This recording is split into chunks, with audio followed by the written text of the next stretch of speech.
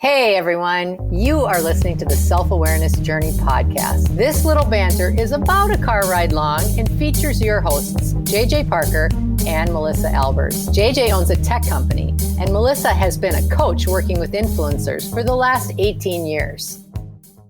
So JJ, I noticed you were just a little frazzled this morning as we were trying to get started in our podcast.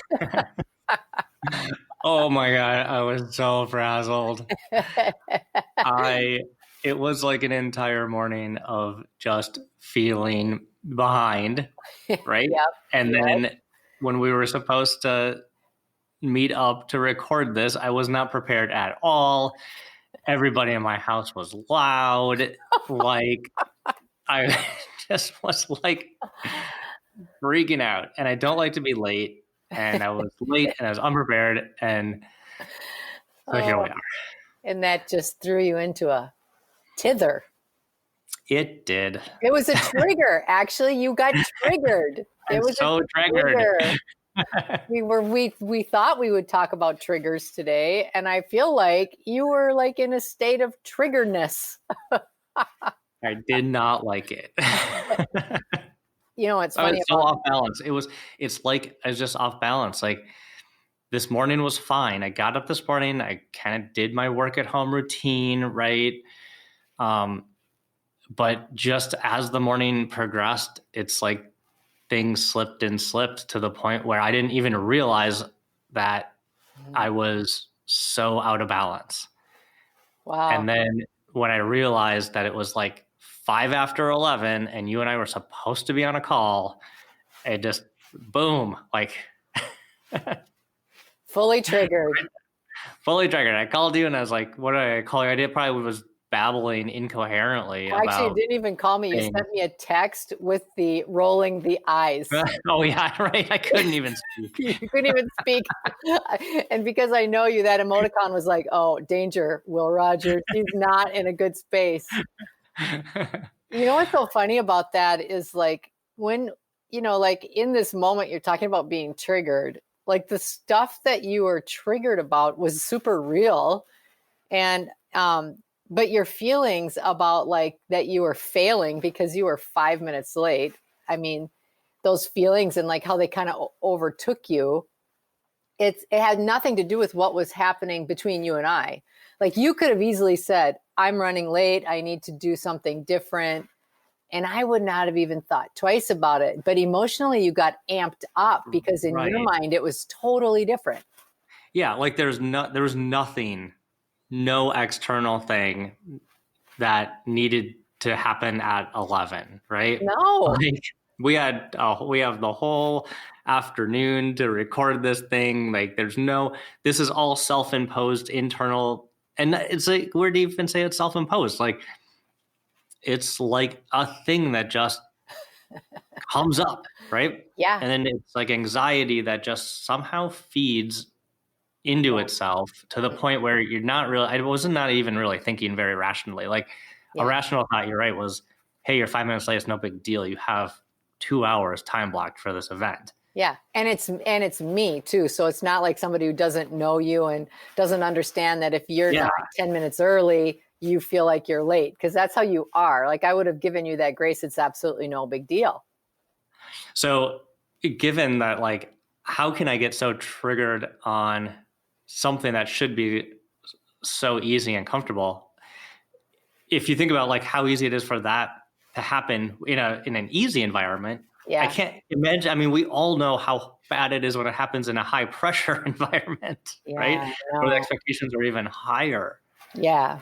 Well, and I just feel like in this conversation, what I'm recognizing and what I'm feeling is the emotions behind it, the emotions inside as you got triggered. Like all the reasons were totally logical reasons and no one would ever challenge or question those reasons. But the emotions inside, it's like anxiety, you know, judgment, self-judgment.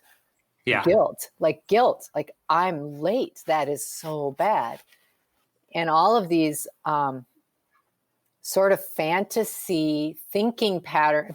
I don't mean fantasy in that manner, but like we take something that's very, very simple and then we fantasize in our minds very quickly and make it bigger than it really truly is.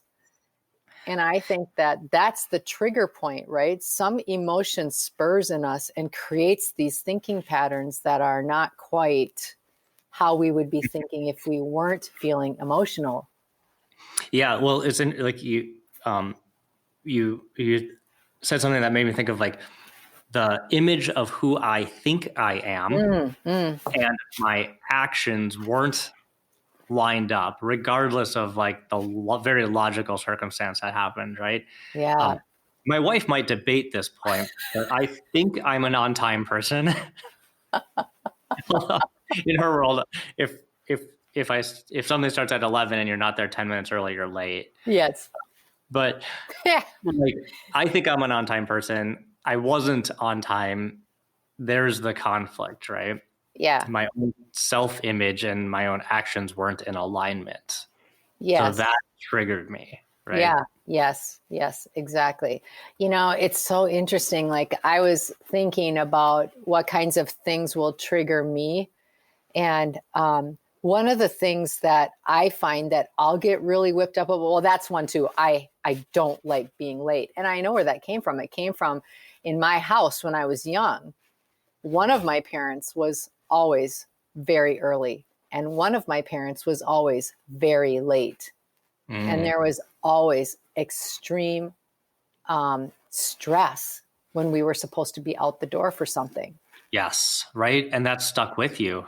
Oh my gosh. So now I always feel this anxiety inside as we start getting closer to the time that we're supposed to walk out the door, or that a meeting is supposed to start, or a phone call is supposed to start. And the feeling I have inside, it honestly doesn't match the action outside. It just doesn't match. But what I recognize is that feeling of anxiety inside of me. It's a tension, like it's a real tension. And so how does that feel like physically? How does that feel? Yeah. I mean, we talk about mind-body connection. Like you can feel that before you recognize it. So how does that feeling come up for you? How does that so physical come up for you? Yeah. And I would say for me that anytime that I start to feel like I've been triggered by something, like in this conversation, we're talking about something as simple as being on time. But in any time that I get triggered, I can feel it in my chest. Like I start to get this tense feeling, and across my shoulders, the back of my neck, I start to feel like this constriction. Everything starts to get tight. And then that anxiety, it either stays as anxiety or I replace it with another feeling, which is mad. Like I get mad. Like I don't what's happening that's causing me to be late? Why is this late? Who's doing this? What's happening? Right. And how is this going to reflect on me if I'm going to be late? And who is this going to make mad? And I'm already mad because I'm late.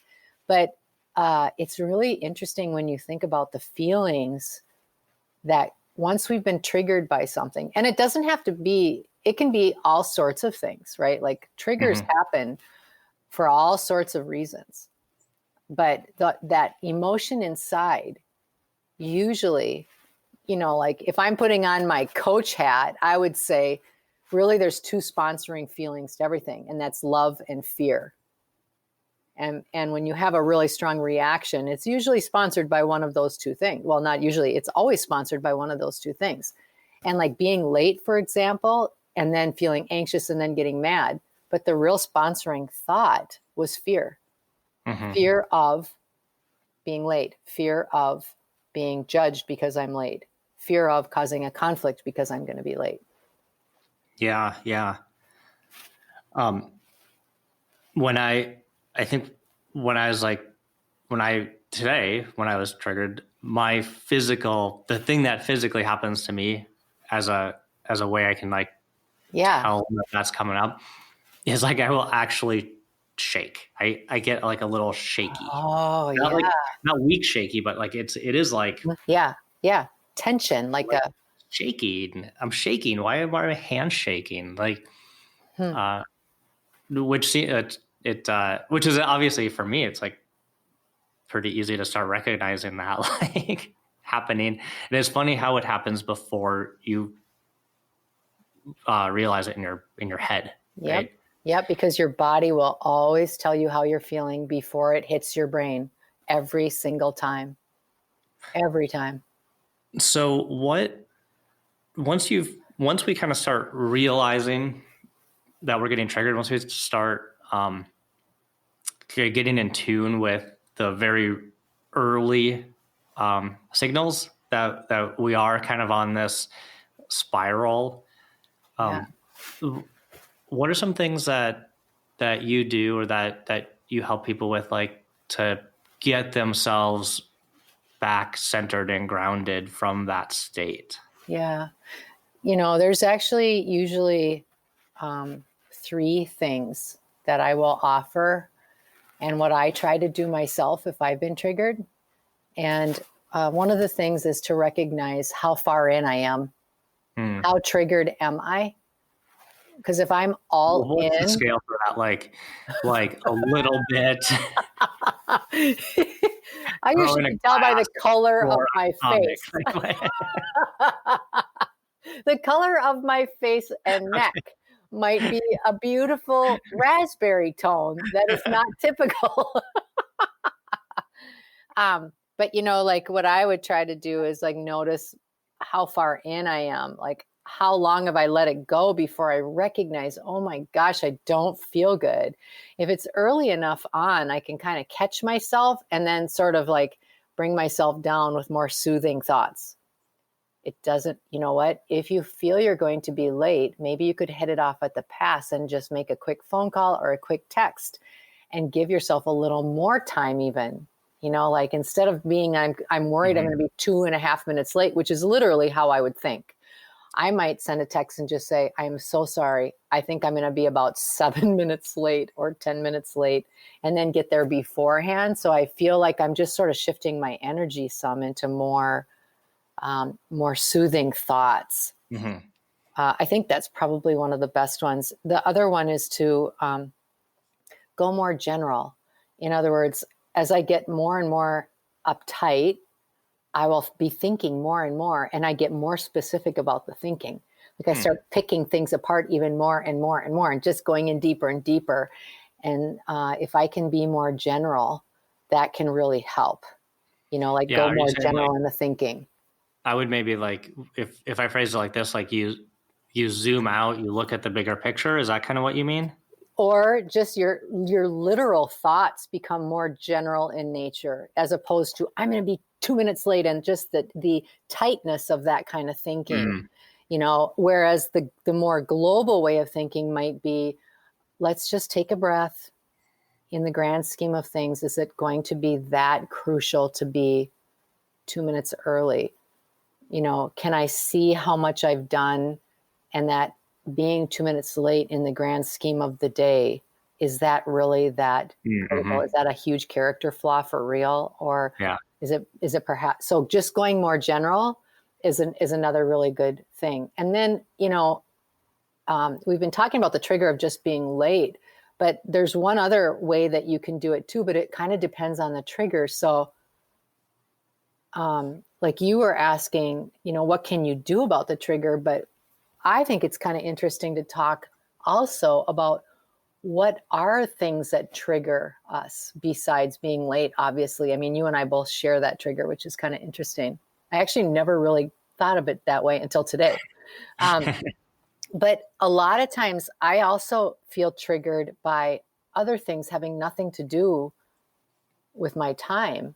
And that might be, I can feel triggered by certain people that show up a certain way. And I can just feel myself getting like wound up inside about how I call someone that is. I'm allergic to some people. Yeah. That's the way I phrase being triggered by some people. Simply Yeah. allergic to them.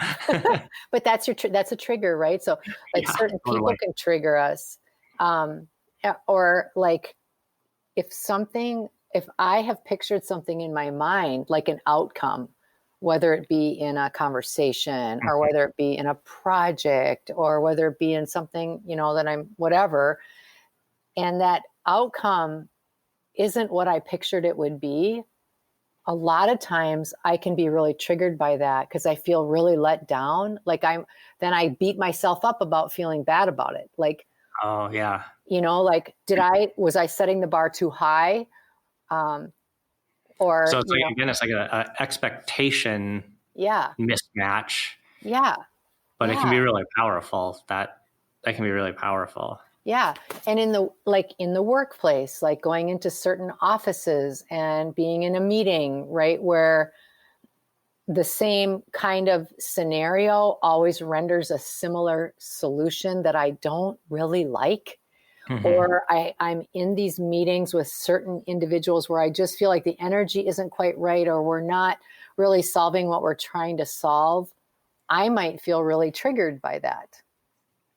So the thing I think that's interesting about triggers is, like, a lot of times when we're describing them, it's like an external thing that's happening to us, Mm, right? mm, Like, my meetings went long, so now I'm late. Or, mm, Bob always comes into my office and blah, blah, blah, right? Like things are happening to us, which are causing us to get triggered. But is that really how that works? I don't like the idea that it's like, what's an internal trigger, an external trigger. Maybe they're all just internal triggers, well, right? They're all about us, right? yeah, it's so funny. I was having a conversation similar to this morning. I wasn't even really aware that this would tie to this part, but it really does.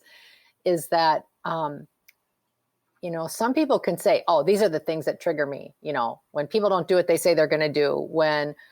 When someone asks me to repeat the question 4 times, or like they can tick off all of these standardized things that they say trigger them into getting mad. But the reality is that we have a feeling inside of us. There's something in how we think, feel, be, are that is actually triggered by those external things.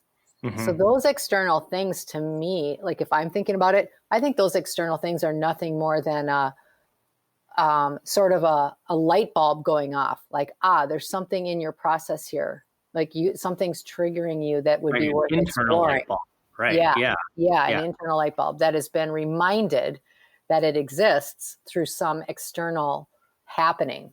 Mm-hmm.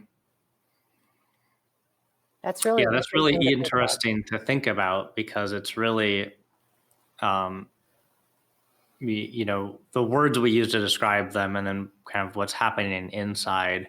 Mm-hmm. We don't have real good language around describing triggers and how our response to them. It's Yeah. But what's funny is we don't maybe say them on the outside, but I really think that most everybody knows. And if they don't, if they certainly sit for a moment and sort of feel in their bodies, I think mm-hmm, most people can get pretty quickly to what their top triggers are. mm-hmm, I really think so. And I think the hardest part is exactly what you said, is like putting words around it or being honest with ourselves about it. Because I think it's right at that point where we hit a fork in the road. We can either be honest with ourselves about it and decide, how do I want to be with these triggers? Like, now that I've noticed them, what's available to me? Or we can try to shut all those feelings off. And then we make ourselves wrong for having the feelings that something triggered us. And we go into this guilt or shame. And yeah, we and spend that's all really this hard. emotion.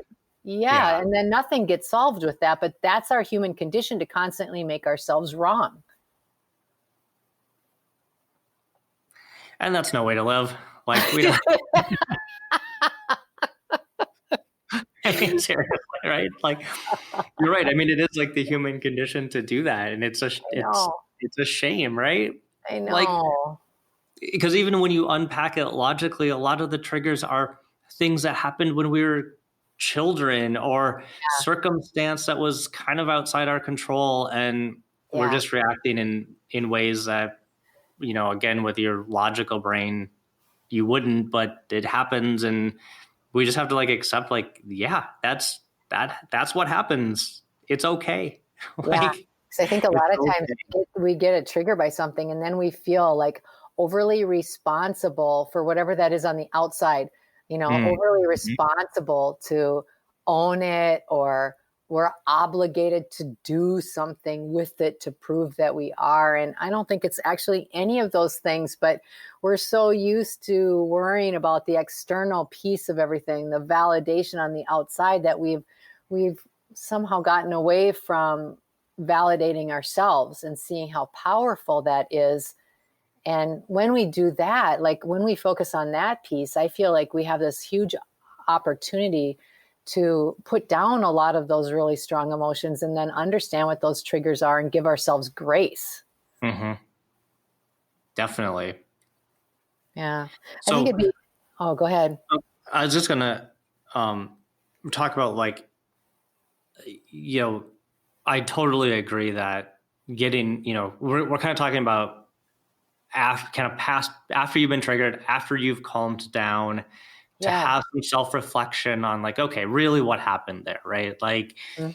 Like let me think about um, why that came up, maybe something about the way I think about things or my past, or whatever. Um, I think that's really interesting.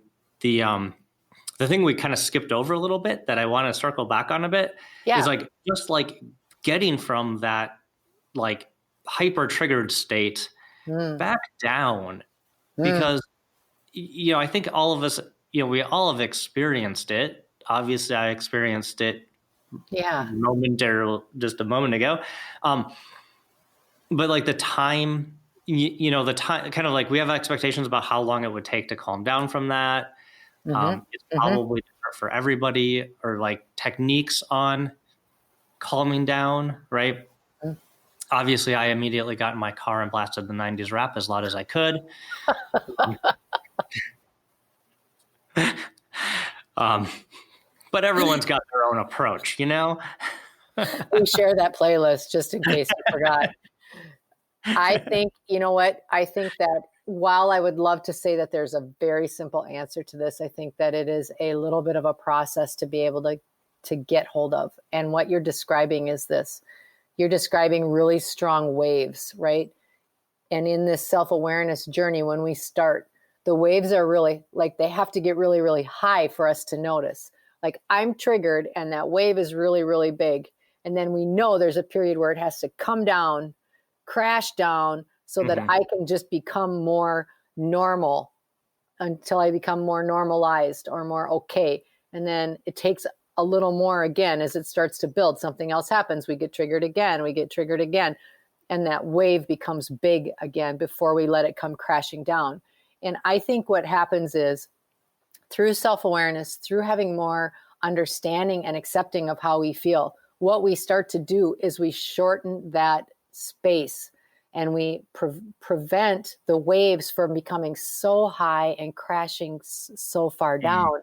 And we start to learn how to have more scalloped waves, because let's be honest, we're human beings, we're interacting with other human beings, we're constantly going to be having experiences, highs and lows. But through awareness, having an understanding of when our body becomes triggered, having an understanding of our brains, and then like being able to just create more scalloped waves in our experience.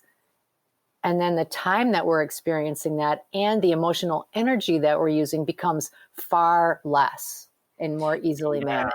I like that. I like the idea that, like, the waves don't go away, No, right? They they just maybe become a little bit different shaped, and you're able to surf them right. more Exactly. easily. Yeah. Instead of them, instead of Yeah. you, like, trying to ride the monster wave, it's much easier to Yeah. ride the smaller waves more consistently. Yeah. And that self awareness isn't just like this altruistic theoretical awareness. It's really um, being able to really care about yourself and have objectivity about your feelings, so that you aren't judging yourself. Because again, like if you get triggered about something and then it makes you mad, the reason it's usually making you mad is you're feeling super guilty, or you're just in shame about the fact that you're having this strong emotion. And a lot of times we do everything in our power to not show that emotion on the outside, but it can become very damaging on the inside. So here we're so far away from what the actual event was, and we're so caught up in the secondary guilt and shame of how we always react, air quotes. How come I always do this? Why can't I ever just not let that matter? And I think it's just it's a journey. And like I always say, once you know something, you can't unknow it. And understanding, like, first of all, what are these things that seem to get me hooked up all the time? And there's some exercises we can talk about in a later podcast to help people. But I think that's the first one, is like, take your inventory. What do you think are your top, 3 things or 5 things that really make you triggered? And for a lot of people, here are the 5 that I hear all the time: self-doubt, particular people, certain situations, unfavorable outcomes, and unrealized feelings. I think the first part to that is to just sort of, unpack your triggers and understand what they really, really are, and spend a little time with writing about them, feeling those feelings behind them, and tracing them back. Like, what's the earliest time I ever remember feeling like that? Yeah. Just to start to have more awareness about those feelings and where they came from. Well, that sounds like a perfect segue into another episode, because I'm sure there's a lot of unpacking that we can do there. Precisely. In the meantime, I think I am going to go grab my self-awareness wetsuit, hop in the ocean, and try to surf some of these waves. Good luck. Oh, good to talk to you. I'm looking forward to the next discussion. We hope that you've enjoyed today's episode. Our mission is to help people become happier and more effective by gaining insight into their own thoughts and feelings. We'd love your support. First, share this podcast with anyone you think might enjoy it. Second, leave us a rating or review on your favorite podcast site. This helps others discover the podcast so we can reach more people. And third, sign up for our newsletter at theselfawarenessjourney.com. This will help us communicate better with you and build our community. Thank you so much for joining us in the Self-Awareness Journey. We'll see you next week.